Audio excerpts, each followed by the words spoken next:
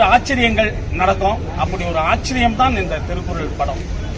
ஏன்னா இப்படி ஒரு படத்தை எடுக்கணும்னு யோசிச்சார்ல பாலகிருஷ்ணன் சார், இதுக்காகவே அவரை நம்ம பாராட்டணும்.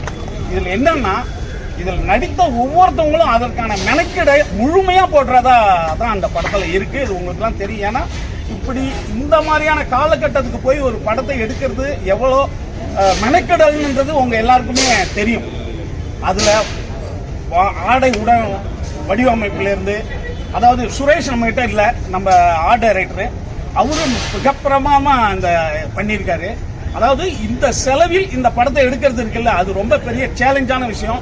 நிச்சயமா பத்திரிகை நண்பர்கள் உங்களை எல்லாருக்கும் அந்த சேலஞ்ச் என்னன்னு தெரியும். அதனால அந்த மெனக்கெடலை நீங்க ரொம்ப சரியா எழுதணும், கொண்டு போகணும் மக்கள்கிட்ட. அடுத்தது நம்ம கேமராமேன், அது என்னன்னு கேட்டா, இதுல இவருக்கான சேலஞ்ச் இருக்குல்ல, சாதாரணமான விஷயம் கிடையாது. நான் ஆடியோ ரிலீஸ்லயே சொல்லியிருக்கேன், இவருடைய ஒர்க்கு பிரம்மாண்டமா இருக்கு. அதாவது இந்த பட்ஜெட்ல இப்படி ஒரு படத்தை கொடுக்கறதுன்றது சாதாரண விஷயமே கிடையாது. அதை எட்வின் 100க்கு 100% சரியா பண்ணியிருக்காரு. அடுத்து பாலகிருஷ்ணன் சாரு எப்போதுமே மீண்டும் மீண்டும் சொல்றேன், அத்தி பூத்தார் போல் ஒரு ஆச்சரியங்கள் இங்க வந்துகிட்டே இருக்கும் சினிமாவில். அப்படி ஒருத்தவர் தான். ஏன்னா காமராஜர்னு ஒரு படம் யாரால எடுக்க முடியும்? ஏன்னா மகாத்மாவை பத்தி ஒரு படம், அடுத்து திருக்குறளை பத்தி ஒரு படம் எடுக்கிறார். இப்படி சிந்திப்பதே என்னன்னா, சமூகத்துக்காக சிந்திக்கிறது இருக்குல்ல, அது எல்லா கலைஞர்களுக்கும் வாய்க்கிறது கிடையாது. அது பாலகிருஷ்ணன் சாருக்கு வாய்ச்சிருக்கு. அப்படி ஒரு மாமனிதர் நம்மளுக்கு இயக்குனராக கிடைச்சது ரொம்ப மகிழ்ச்சி. இதை நம்ம தான் கொண்டாடணும். அதே மாதிரி இந்த அம்மாலாம் ரொம்ப இந்த பொண்ணுலாம் ரொம்ப நல்லா நடிச்சிருக்காங்க. அடுத்தது இன்னொரு அந்த பையனுக்கு பருத்திக்கு ஹீரோயினா வருது, அந்த பொண்ணு ரொம்ப நல்லா நடிச்சிருக்கு. குறிப்பா இசை எக்ஸ்ட்ரானரி பண்ணிருக்காங்க. இசைய அதாவது ஒரு பிரேமுக்கு தூக்குறாரு ராஜா. அதான் சொல்றேன், எப்போதும் சிறந்ததை சிறப்புன்னு சொல்ல முடியாது. இளையராஜா என்பவரே ஒரு சிறப்பானவர் தான். இந்த படத்தை தூக்கி நிறுத்ததுல அவர் ரொம்ப முக்கியமான ஒரு இடத்துல இருக்காரு. அடுத்து தம்பி திருவள்ளாரா நடிச்ச தம்பி ரொம்ப அற்புதமான உச்சரிப்பு, உடல் மொழி. அடுத்து தம்பிக்கு அதாவது இந்த ஷாயாஜி சிண்டே பாரதியாரா நடிச்சு பயங்கர வில்லன் ஆயிட்டாரு பல படங்கள். என்னால் தாங்கவே முடியல அந்த கொடுமையை. அந்த மாதிரி தம்பிக்கு அந்த மாதிரி கதாபாத்திரம் பண்ணியிருந்தாலும் கலைஞனாக எந்த கதாபாத்திரம் வந்தாலும் அவரு அதாவது சிறப்பா செய்வாரு. இந்த நடித்த அனைத்து கலைஞர்கள், டெக்னீஷியன் அனைத்துக்கும் வாழ்த்துக்கள் மட்டும் சொல்லிட்டு போயிடாத தம்பிகளா. நல்லா எழுதி இந்த படத்தை நீங்க கொண்டு போய் சேர்க்கணும். அதுதான் நம்மளுடைய வேலை. நன்றி. அனைவருக்கும் வணக்கம். எல்லாருக்கும் படம் பிடிச்சிருக்கோம் நம்புறோம். நாங்க போட்ட எஃபர்ட் எல்லாமே மக்கள் கிட்ட நீங்க தான் கொண்டு போய் சேர்க்கணும். அதுக்காக உங்களோட சப்போர்ட் தேவை. அதை நிறைவேற்றுவீங்க நம்புறோம். அங்க குரல்லாம் சொன்னீங்க மேடம், அங்க குரல்லாம் சொன்னீங்க, இங்க அப்படியே சைலண்டா இருக்கீங்க. ஏதாவது ஒரு குரல் எங்களுக்காக சொல்லுங்களா? உங்க குரலால சொல்லுங்க. உங்கள் திருக்குறள்ல பிடிச்ச குரல் இது ஏதாவது? எண்ணித் துணிக கர்மம் துணிந்த பெண் எண்ணுவம் என்பது ரொம்ப. சார் நீங்க ஒரு குரல் சொல்லுங்க. திருவள்ளுவர் பேசுங்க. அனைவருக்கும் மாலை வணக்கம். இதனால் இவனால் முடியும் என்று ஆய்ந்து அதனை அவன் கண்விடல். இந்த குரலுக்கு முக்கியமான குரல் மரியாதைக்குரிய இயக்குனர் ஏ பாலகிருஷ்ணன் ஐயா அவர்கள் தான். அதாவது இந்த படத்தினுடைய ஒளிப்பதிவாளர் கிட்டத்தட்ட ஒரு 9-10 படங்களுக்கு மேலே பணியாற்றியிருக்காரு. ஒரு ஆகச்சிறந்த கேமராமேன்.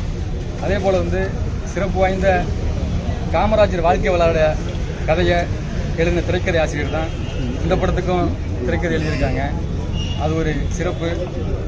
20 படங்களுக்கு மேலே கலை இயக்குனராக வேலை செஞ்ச மரியாதைக்குரிய திரு சுரேஷ் கலைஞர் அவர்கள் தான் இந்த படத்துக்கும் கலை இயக்குனராக வேலை செஞ்சுருக்காங்க. அதே போல் யாத்திசை படத்தினுடைய காஸ்டியூம் டிசைனர் தான் இந்த படத்துக்கும் காஸ்டியூம் டிசைனராக வேலை செஞ்சுருக்காங்க. அப்புறம் எடிட்டர் புதுசாக எங்களோட கை கேட்டுருக்காங்க. அது மாதிரி எல்லாமே ஒரு ஆகச்சிறந்த ஆளுமைகள். அந்த ஆளுமைகளை இணைத்து ஒருங்கிணைத்து எங்களுடைய இயக்குனர் ஏ பாலகிருஷ்ணன் ஐயா அவர்கள். அதே போல் 35-40 வருடங்களுக்கு மேலாக இந்த சினிமாவில் பயணிச்சிருக்கக்கூடிய எக்ஸிக்யூட்டிவ் ப்ரொடியூசர் மேனேஜர் ஜெய்சிங்கர் அண்ணா, அவங்களும் இதில் கை கொடுத்துருக்காங்க. எல்லாருமே ரொம்ப சிறப்பாக இதில் பணியாற்றிருக்கோம். அதே போல் இந்த படம் ரொம்ப நல்லா வந்திருக்கு. நாங்கள் முழுமையாக நம்புகிறோம். நீங்கள் எல்லாம் பார்த்துருக்கீங்க. தமிழனின் பெரும் அடையாளமான திருக்குறள் திரைப்படத்தை உலகம் பூராவும் நீங்கள் கொண்டு சேர்க்கணும்னு நான் உங்களை அன்போடும் பணியோடும் வேண்டி விரும்பி கேட்டுக்கிறேன். நன்றி சார். வசனம் எழுதுறவர் சார்.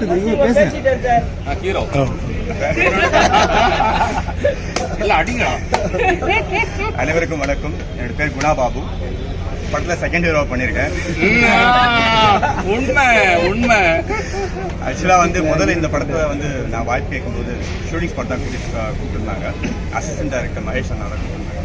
ஸோ ஃபர்ஸ்ட் டைம் பார்க்கும்போது சார் வந்து அப்படியே மேலே கீழே பார்த்தாரு, சிரிச்சாரு. சரி செலக்ட் ஆகிட்டோம்னு நினச்சேன். அதுக்கப்புறம் ஷர்ட்டை கட்ட சொன்னார், பனியை கட்ட எனக்கு வந்து என்ன கேரக்டர் தெரியாது. லைக் அவர் படைத்தலைவன், வாரியர், லவ்வர் தெரியாது. நான் பாட்டு கட்டிட்டேன், எல்லாம் நிற்கிறாங்க. ரிஜெக்டாரு. எனக்கு வந்து ஒரு 25 வயசு பையனாக இருக்கணும், உங்களுக்கு தொப்பை இருக்குது அப்படின்னாரு. சார் நான் வந்து ட்ரான்ஸ்ஃபார்ம் பண்ணிடுறேன் சார், நான் ஜிம் போயிட்டுருக்கேன், இது வேறு படத்துக்காக உடம்பு ஏற்றிருந்தேன், நீங்கள் கொஞ்சம் டைம் கொடுங்க, அதில் சேஞ்சுன்னு சொன்னேன். இல்லை நான் சொல்கிறேன் அப்படின்னு அனுப்பிட்டார். ரொம்ப மன வருத்தமாக இருந்தது. ஒரு 3 days போச்சு.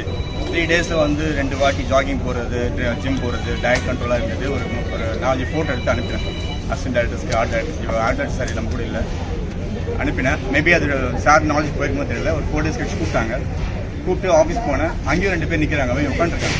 போச்சு எதுக்கு உட்காந்து தெரியல, ஒரு டவுட் வந்துச்சு இருக்குமா இல்லையான்னு. என்ன எல்லாரும் அனுப்பிட்டு நீங்கள் தான் பண்ணுறீங்கன்னு சொல்லிட்டு முடிவு பண்ணி சொன்னாங்க. அண்ட் டேரக்டர் சார் வந்து உங்களுக்கு வந்து இன்னும் 1 மாதம் டைம் இருக்குது. இப்போ 1 hour ஷூட் போகிறோம். ஸோ அந்த 1 month நீங்கள் இன்னும் ட்ரான்ஸ்ஃபார் பண்ணணும். இப்போ என்னை வந்து தளபதி பரிதியாக முழுக்க மாற்றினது சார் தான்.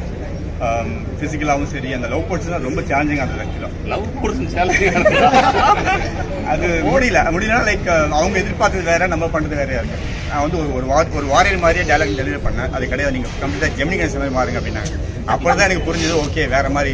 அப்புறம் வந்து வாய்ஸ் டோன் எல்லாம் மாற்றிட்டு பண்ணேன். நீங்கள் எல்லாம் படம் பார்த்துருப்பீங்க.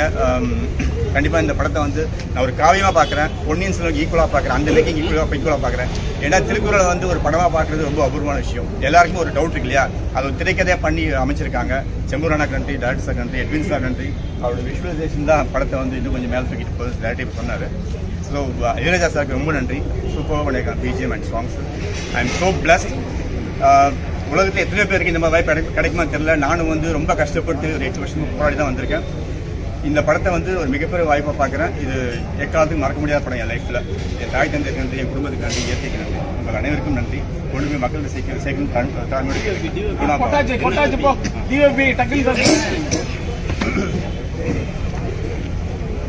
இப்போ எல்லாருமே நம்ம படம் பார்த்துட்டு வந்தோம். எல்லாரோட கேரக்டரும் நம்ம திருக்குறள் பார்த்து படித்து இதெல்லாம் தெரியலாம் கூட இந்த படம் மூலிமா யாரெல்லாம் என்னென்ன கேரக்டர்னாலாம் நம்ம இப்போ தெரிஞ்சுருக்கோம்.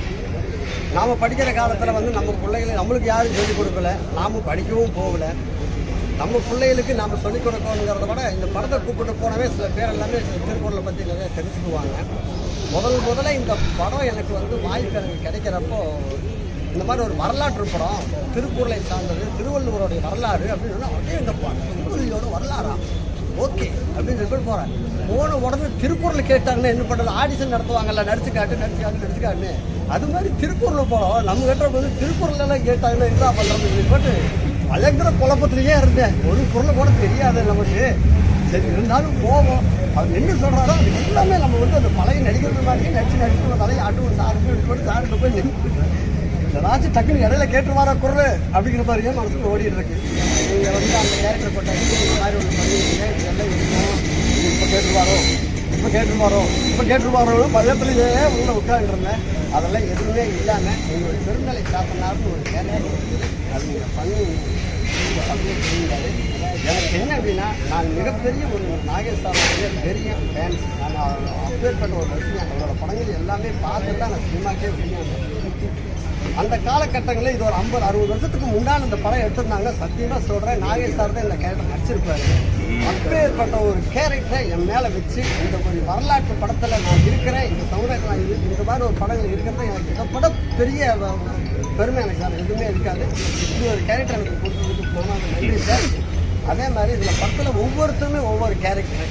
கண்டிப்பாக நம்ம வந்து ஒரு படம் மூலியமாக தான் நம்ம மக்களுக்கு வந்து நிறைய விழிப்புணர்வுகளை கொண்டு போய் சேர்த்துறோம். அதை பார்த்து தான் நிறையா பேர் கெடுறன்னு சொல்கிறாங்க, இல்லை நல்லா இருக்குன்னு சொல்கிறாங்க. அது சிகரெட்டு வச்சா அது பார்த்தா சிகரெட் வைக்கிறாங்கலாம் சொல்கிறாங்க. அதே மாதிரி இப்போ திருக்குறள் வருது இல்லை, திருக்குறளை பாருங்கள், திருக்குறளை கூப்பிட்டு போங்க, குழந்தைகளை கூப்பிட்டு போவேன். இதுதான் படம், நீ புக்கில் விடு, படத்தை பாரு, படம் மூலியமாக தெரியுது பாருன்னு சொல்லுங்கள். இந்த படம் கண்டிப்பாக நீங்கள் எல்லாம் கொண்டு போய் மக்கள்கிட்ட சேர்த்துங்க, குழந்தைகளை பார்க்க வைங்க, பள்ளிக்கூடத்தை வரைக்கும் பாடமாக எடுத்துக்கங்க. இது படம் இல்லை, இந்த தலைமுறைகளில் எத்தனை தலைமுறையாக இருந்தாலும் அது ஒரே படம், அது திருக்குறள் தான். நன்றி, வணக்கம். அடுத்து எட்வின் வா வா வா எட்வின் வா. எல்லாருக்கும் வணக்கம். இது வந்து தமிழர்களோட மிக சிறப்பான அடையாளமாக இருக்கும் இந்த படம். இந்த படத்தை எடுக்கணும்னு சொல்லி ஃபஸ்ட்டு நினச்சது பாலகிருஷ்ணன் சார் நான் சொல்லியிருக்கேன். அது எனக்கு ஒரு பெரிய வாய்ப்பு. ஏன்னா இது எல்லா சினிமாட்டோகிராஃபர்ஸுக்கும் கிடைக்காது. ஏன்னா இது நான் பெருமையாக நினைக்கிறேன், ரொம்ப பெருமையாக நினைக்கிறேன். நீங்களும் இந்த படத்தை எல்லாத்தையும் கொண்டு போய் சேர்ப்பீங்கன்னு நான் நம்புகிறேன். சில காட்சிகள்லாம் நாங்கள் வந்து நேராக பார்த்தோம். அது படத்தில் பார்க்கும்போது தெரியும், இயற்கையாகவே தெரியுது. சேலஞ்ச் லைட்டிங்ஸ் இதெல்லாம் நல்லா அழகாக பண்ணீங்க. எவ்வளோ சேலஞ்ச் டைரக்டர் உங்களுக்கு கொடுத்தாரு? அதாவது என்ன அப்படின்னா, நான் முதல்ல சொல்லிட்டேன், எட்வின் எனக்கு வந்து ரொம்ப காலம் ஃப்ரெண்டு. லைட்டே எடுக்கக்கூடாதுன்னு சொல்லியிருந்தேன் அவர்கிட்ட. ஆமாம், ஏன்னா இப்போ வந்து டிஜிட்டல் வந்துடுச்சு, லைட்டை எடுக்கக்கூடாதுன்னு சொல்லி அவர் அவ்வளோ சிக்கனமாக பண்ணார். நீங்கள் பார்த்தீங்கன்னா எந்த சீனுமே, எல்லா சீனுமே வந்து மூவிங்கில் தான் ஓப்பன் ஆகிருக்கும்.